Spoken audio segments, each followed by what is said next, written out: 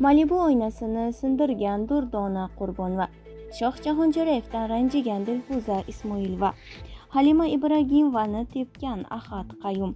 2021-yilda internetda shovqin ko'targan shou-biznes vakillari. Assalomu alaykum hurmatli tomoshabin, kanalimizga xush kelibsiz.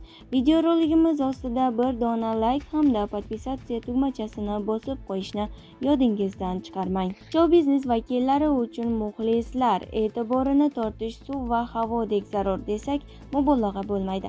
Ayrim xonandalar yoki aktyorlar o'zlari haqida gapirishlari uchun hamma narsaga tayyor.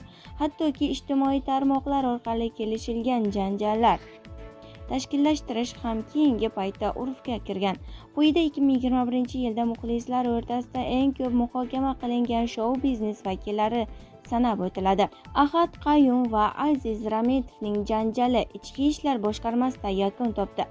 Ahad Qayum va Aziz Rametov o'rtasidagi mojarolar Amirxon Umarovning ochiqchasiga gaplashamiz tok-shousidan keyin avj oldi.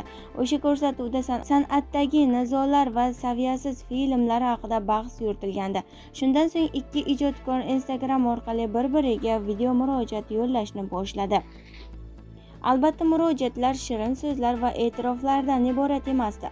Haqoratli mojarolarning keti uzilmagach, 2021-yilning fevral oyida ikki ijodkor Ichki ishlar boshqarmasiga chaqirilib profilaktik suhbat o'tkazildi.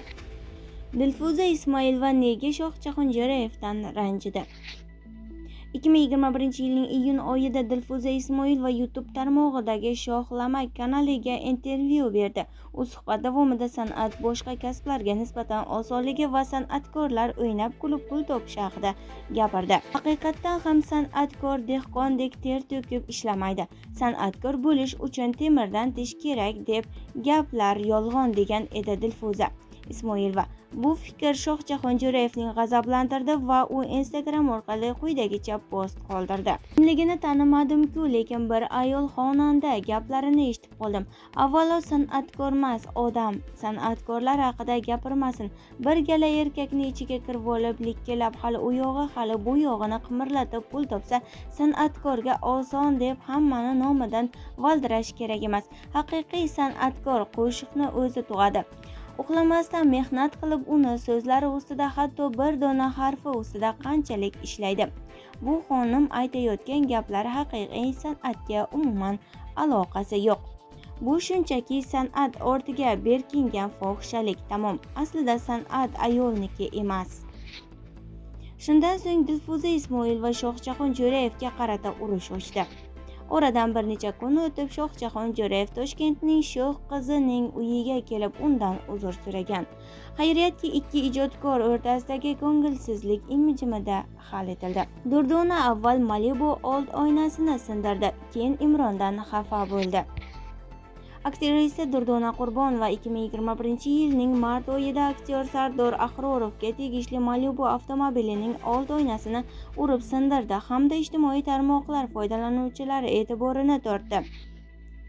Durdona bu ishni nima uchun qilgani haqida hech qayerda gapirmadi. Keyinroq esa Durdona ijodiy hamkori xonanda Imrondan to'yiga aytilmagani uchun xafa bo'ldi. Shuningdek, Durdona xonanda ehtimol ayoli ruxsat bermagani uchun uni yangi klipiga chaqirmayotganini aytib o'tdi. Ushbu murojaat Imronning e'tiboridan chetda qolmadi. Oradan bir necha kun o'tgach, Imron maxsus video suratga olib ijtimoiy tarmoqlarga joyladi. Unda nega Durdonani to'yiga taklif etmagani, qaysi gapidan ranjigani va qo'ng'iroqlariga javob bermagani haqida aytdi.